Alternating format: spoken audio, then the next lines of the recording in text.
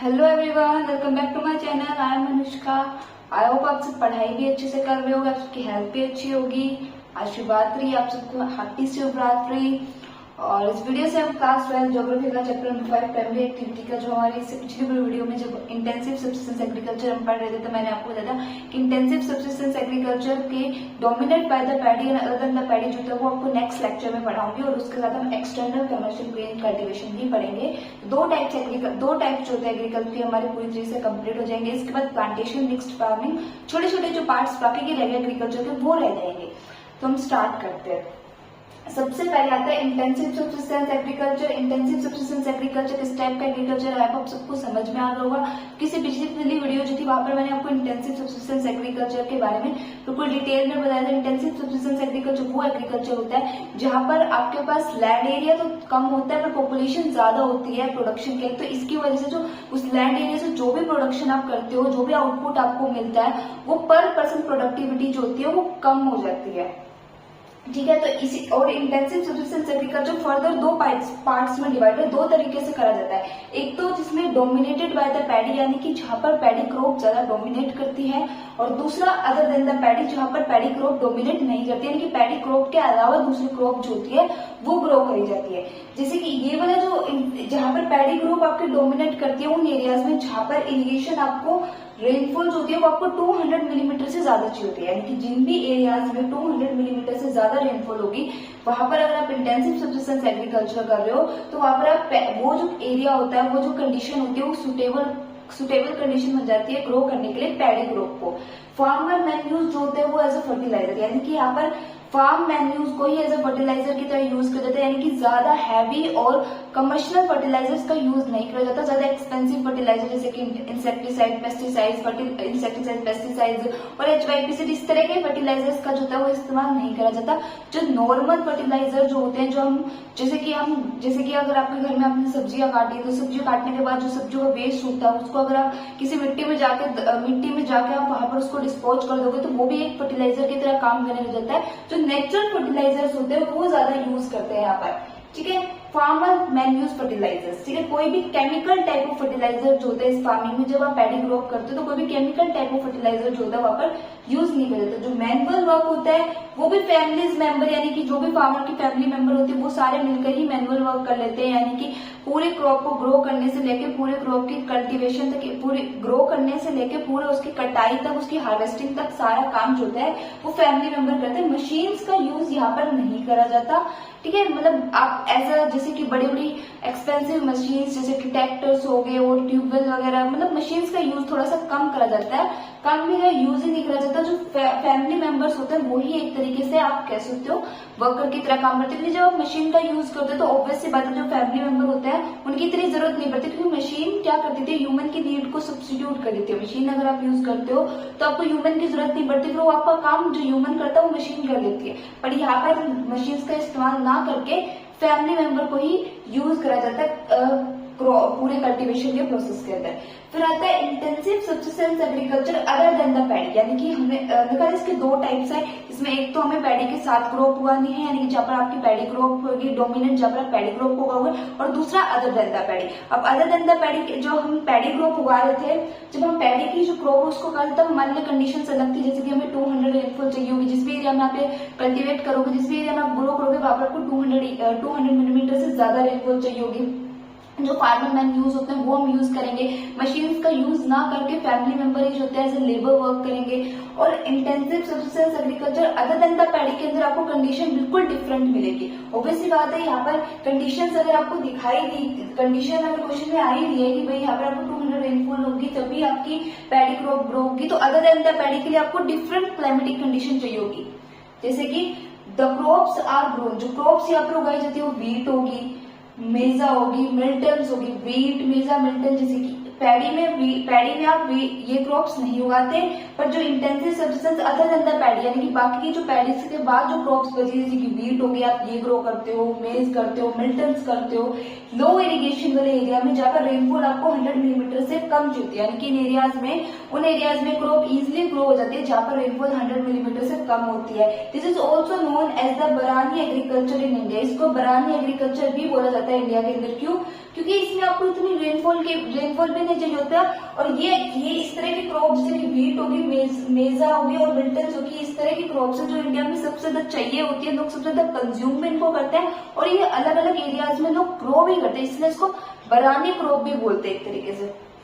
Areas are the western part of Ganga plain and central India, जो आपका पूरा western part है यानी कि जो गंगा रिवर में जितना भी आपका एरिया बना है उस एरिया में, यानी कि पूरा नॉर्थ इंडिया आपका हरियाणा, पंजाब, यूपी, बिहार, उत्तराखंड, झारखंड वाले पूरे एरिया इसके अंदर ये क्रॉप जो होती है वो उगाई जाती है। Important for the map work, और आपके 3 मार्क्स में क्वेश्चन आता है इंटेंसिव सब्सिस्टेंस एग्रीकल्चर का एक्सप्लेन करो। तो जब इंटेंसिव सब्सिस्टेंस एग्रीकल्चर में पहले डेफिनेशन लिख देना, फिर उसके 2 टाइप्स लिख देना कि एक में पैडी आता है, एक अदर देन द पैडी आता है। पैडी के लिए 3 पॉइंट्स लिख देना, अदर देन पैडी के लिए भी 3 पॉइंट्स लिख देना, आपको पूरे 3 मार्क्स मिलेंगे। और मैप वर्क में आपका जो इंपॉर्टेंट क्वेश्चन है कि वो यही कि जो इंटेंसिव सब्सिस्टेंस एग्रीकल्चर वो इंडिया के कौन से एरिया में ग्रो कर जाती है, तो वो इंडिया के जो नॉर्थ वाला पार्ट है, नॉर्थ गंगा वाला पार्ट है वहां पर, जैसे कि हरियाणा, यूपी, बिहार, पंजाब वाले इस एरिया में ग्रो करी जाती है। अब आते हैं हमारे सेकंड टॉपिक के अंदर जो हमें इस वीडियो में पढ़ना था। ये हमारा पिछली वीडियो में जो हमारा रह गया था intensive subsistence agriculture other than the paddy और पैडी के साथ वो रह गया, तो वो हमने यहाँ पर कंप्लीट करा है। अब नया टॉपिक हमें इस वीडियो में जो पढ़ना है वो external commercial grain crop. External commercial grain हमारी क्रॉप जो थे एक नया टाइप स्टार्ट होगा एग्रीकल्चर का। अब इसके बाद जो भी टाइप्स आएंगे वो सारे नए होंगे, जैसे Mediterranean agriculture, plantation agriculture, dairy farming, market and gardening farming, जो भी सारे टाइप्स आएंगे वो सारे नए टाइप्स ऑफ एग्रीकल्चर होंगे। अब एक्सटेंसिव कमर्शियल ग्रेन कल्टीवेशन, देखो कमर्शियल का मतलब सबको पता है, वो कमर्शियल का मतलब क्या है कि जब आप भी कोई काम करते हो मनी के लिए, यानी कि यहाँ पर अभी तक जितने भी हम क्रॉप्स उगा, अभी तक हमने जितना भी एग्रीकल्चर देखा जिसके अंदर हमने जो भी टाइप्स देखे, वहां पर जो क्रॉप उग रही थी वो सब्सिस्टेंस के लिए, सेल्फ सब्सिस्टेंस के लिए। वहां पर फार्मर का एम बिल्कुल भी नहीं था कि वो मार्केट में जाके अपनी क्रॉप को सेल करेगा या मार्केट में जाके उस क्रॉप को सेल करके पैसा कमाएगा। वो अभी तक जो भी क्रॉप उगा रहा था किसके लिए उगा रहा था कि बस उसको अपने घर में फूड चाहिए, अपने उसकी फैमिली मेंबर्स का जो सारा पेट भर जाए, अपने घर के कंजप्शन के लिए वो यूज कर रहा था। उतनी ही क्रॉप उगा रहा था जितनी उसको घर में जरूरत होगी। बट अब जो हम टाइप पढ़ेंगे एग्रीकल्चर का, वहां पर फार्मर जो होते हैं वो कल्टीवेशन किस पर्पज से करते हैं कि उन्हें अपने घर का पेट तो भरना है, यानी कि अपना पेट तो भरना है, पर वो खेती अपने पेट भरने के साथ साथ एक मेजर पोर्शन जो होता है उनके प्रोडक्शन का वो मार्केट में जाके सेल करना है, ताकि आप मार्केट में जाके सेल करने के बाद वहां से इनकम अर्न कर सको, प्रॉफिट अर्न कर सको। तो इसीलिए ऑब्वियसली बात है जब आप इस टाइप की एग्रीकल्चर करोगे, जब आप जहां पर आपको आपका प्रॉफिट एक मेन एम रहता है कि भाई आप अपने घर का पेट भरने के साथ साथ आप इस तरीके से फार्मिंग करना चाहते हो कि आप मार्केट में जाके आपका प्रोडक्शन बिके और आपको उसके लिए पैसा मिले, तो उसके लिए आपको प्रोडक्शन ज्यादा ग्रो करना पड़ेगा, जब भी तो आप कर पाओगे ना। अगर आप प्रोडक्शन ही कम ग्रो कर पाओगे, आपने प्रोडक्शन ही उतना ही ग्रो करा जितनी आपकी फैमिली को चाहिए थी, तो आप मार्केट में जाके कैसे प्रोडक्शन को सेल कर पाओगे। ज्यादा प्रोडक्शन के लिए आपको ज्यादा एरिया चाहिए होगा, तो इसके अंदर क्या होता है आपको ज्यादा एरिया चाहिए होता है प्रोडक्शन के लिए। तो इन दिस लैंड एरिया जो होता है वो आपका बड़ा रहता है, जितना बड़ा लैंड एरिया होगा उतना ज्यादा आप प्रोडक्शन कर पाओगे, जितना ज्यादा प्रोडक्शन कर पाओगे आप उतना ज्यादा मार्केट में जाके सेल कर पाओगे, जितना आप मार्केट में जाके सेल करोगे उतना ज्यादा आपको प्रॉफिट अर्न होगा, उतना ज्यादा मनी अर्न कर पाओगे। इन दिस जो यर्ड पर यूनिट एरिया होता है वो कम होता है, पर पर्सन पर प्रोडक्टिविटी जो होती है वो ज्यादा होती है। जैसे कि हमने इंटेंसिव सब्सिस्टेंस एग्रीकल्चर में पढ़ा था कि जो यार्ड पर हेक्टर जो था वो ज्यादा था, पर पर्सन पर प्रोडक्टिविटी जो थी वो कम थी। पर इसके अंदर उल्टा होता है, इसके अंदर जो यार्ड पर हेक्टर जो एरिया होता है वो कम होता है, पर पर्सन प्रोडक्टिविटी जो होती है वो ज्यादा होती है। इसका मतलब क्या है कि यहाँ पर आप एक बड़े जितने बड़े एरिया में आप फार्मिंग करोगे उतना ज्यादा आपके पास क्या रहेगा, उतने ज्यादा आप प्रोडक्शन कर पाओगे। तो जितने ज्यादा आप प्रोडक्शन कर पाओगे उतने ज्यादा लोगों तक आपका पर्सन पर प्रोडक्टिविटी पहुंच जाएगा, जितने ज्यादा लोगों तक आप क्या कर पाओगे, इजिली क्या कर पाओगे, प्रोडक्शन को इजिली प्रोडक्शन को मतलब सब लोगों तक पहुंच जाएगा। यानी कि ऐसा कोई फैमिली मेंबर नहीं रहेगा जिसको खाना नहीं मिलेगा, सबको खाना मिलेगा। जितना आपने प्रोडक्शन करा उससे आप अपनी फैमिली मेंबर का पेट भर लोगे, साथ में जो बचा हुआ प्रोडक्शन है, जो सरप्लस जो आपने ज्यादा प्रोड्यूस करा वो आप मार्केट में जाके सेल करके उससे इनकम भी अर्न कर सकते हो। ठीक है, तो इसलिए आपको पर पर्सन प्रोडक्टिविटी जो होती है वो हाई रहती है, पर यार्ड पर यूनिट एरिया जो होता है वो कम रहता है। क्यों? क्योंकि आप जितने ज्यादा एरिया में प्रोडक्शन करते हो ना, तो उतने ज्यादा एरिया में ये भी चांस रह जाता है कि आपको फिर क्रॉप का बहुत अच्छे से ध्यान रखना पड़ेगा। आप ज्यादा प्रोडक्शन करोगे, अब ज्यादा क्रॉप उगाओगे, ज्यादा खेती करोगे, तो आपको ध्यान भी बहुत ज्यादा रखना पड़ेगा क्रॉप का। टाइम टू टाइम उन्हें पानी देना पड़ेगा, टाइम टू टाइम उनकी केयर करनी पड़ेगी ताकि वो आपकी क्रॉप खराब ना हो जाए। ठीक है। Large area from the state is present and high technology is use for this farming. Obviously बात है, जब आप एक कमर्शियलाइजेशन पर्पज के लिए कोई भी काम करते हो तो वहां पर आप अपना पूरा 100% देते हो, आप अपना काम इस तरीके से करोगे वो बेस्ट है, क्योंकि उस काम से आपको बाद में मनी मिलेगी, उसका जो आउटपुट आपको मिलेगा वो रिवर्ट में आपको मनी मिलेगी। तो यहाँ पर लोग क्या करते हैं, हाई टेक्नोलॉजी का इस्तेमाल करते हैं, यानी कि फार्मिंग में बहुत ज्यादा एक्सपेंसिव मशीन का यूज करेंगे, अच्छे फर्टिलाइजर्स का यूज करेंगे, अच्छे पेस्टिसाइड्स का यूज करेंगे, अपनी क्रॉप का बहुत अच्छे से केयर करेंगे, HYP सीड्स का यूज करेंगे, इस तरीके से अपनी फार्मिंग करेंगे कि वो एक्सपेंसिव प्रोडक्ट उसमें यूज करके अपना कम टाइम में ज्यादा प्रोडक्शन अर्न कर पाएंगे।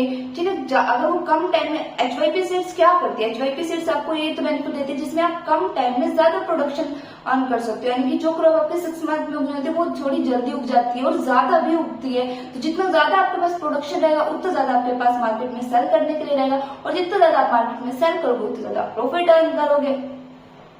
तो यहाँ पर ज्यादातर हाई टेक्नोलॉजी, सब कुछ एक्सपेंसिव मटेरियल जो होता है वो यूज करा जाता है फार्मिंग के लिए।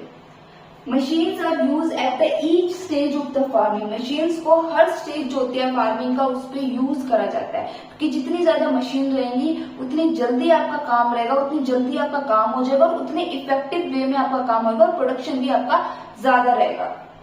It is produce in the greenery world of the Paris और ऑस्ट्रेलिया। ज्यादातर ये वाली एग्रीकल्चर जो होती है वो प्रैक्टिस करी जाती है आपकी जो ग्रीनरी वर्ल्ड है, आप कह सकते हो पेरिस एंड ऑस्ट्रेलिया।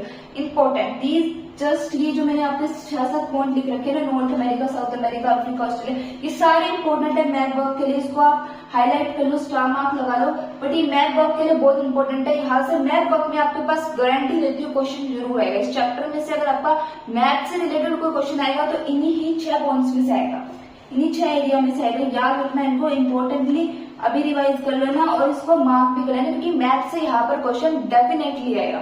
अब नॉर्थ अमेरिका में, अब इंडिया में एक्सटेंसिव कमर्शियल ग्रेन इसको बोला जाता है, पर नॉर्थ अमेरिका में इसको, नॉर्थ अमेरिका में जब आप इस तरह की खेती करते हो तो उसको पेरिस बोला जाता है। फिर आप साउथ अमेरिका में करते हो तो उसको पम्प्स बोला जाता है। उसके बाद अफ्रीका में बैंड्स बोला जाता है, ऑस्ट्रेलिया में डाउन्स बोला जाता है, और आपके न्यूजीलैंड में कैटेबरी, और आपके एशिया एंड यूरोप में स्टिपी बोला जाता है। तो आपके पास मैप में क्वेश्चन आएगा कि बट वो कि स्टिपी आपकी कहाँ पर होती है, स्टिपी जो आपकी क्रॉप होती है वो कौन सी कंट्री में ज्यादा उगती है, तो आप नॉर्थ एशिया एंड यूरोप में वहां पर मार्क करना मैप पे।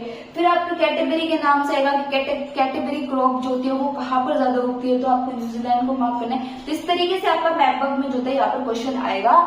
और इस वीडियो के साथ साथ मैंने आपको पूरा, अभी तक हम इस वीडियो में मैंने आपको एक्सटर्नल कमर्शियल ग्रेन कल्टीवेशन पूरा पढ़ा दिया है। यहाँ से ज्यादातर 3 नंबर का ही क्वेश्चन आता है, इससे बड़ा क्वेश्चन नहीं आता, 5 नंबर से क्वेश्चन नहीं आएगा, सिर्फ 3 नंबर में आएगा, और 3 नंबर में इतने पॉइंट सफिशिएंट है, मोर देन सफिशिएंट है।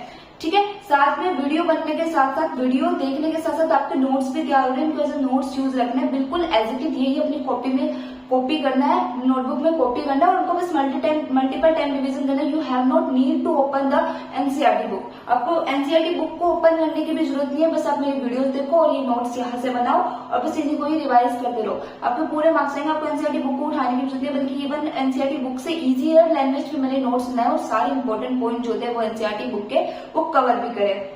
ठीक है, तो अभी तक हमारा क्या क्या कंप्लीट होगा, अभी तक हमारा प्राइमरी एक्टिविटीज क्या होता है वो टॉपिक हमारा कंप्लीट हो चुका है। उसके बाद हंटिंग एंड गैदरिंग हमने कंप्लीट कर लिया, पेस्टरिज्म हमने कंप्लीट कर लिया, एग्रीकल्चर में भी हमने एग्रीकल्चर क्या होता है ये मैंने पढ़ा दिया।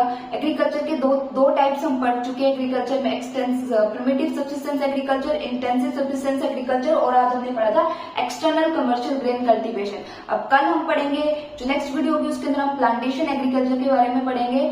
और अगर आपको वीडियो अच्छी लगी तो प्लीज मेरे चैनल को लाइक, शेयर, कमेंट, सब्सक्राइब करना, सब्सक्राइब जरूर करना, बिकॉज आपको सब्सक्राइब करोगे तो आपको इजिली वीडियोस मिल जाएगी। रोज मैं वीडियो अपलोड कर रही हूँ, इस चैप्टर का हमारा 1-2 दिन में चैप्टर हमारा कंप्लीट हो जाएगा। और अगर आपको वीडियो अच्छी लगी, आपको मेरा अच्छा लगा पढ़ाना, तो प्लीज मुझे कमेंट सेक्शन में जरूर बताना। Thank you.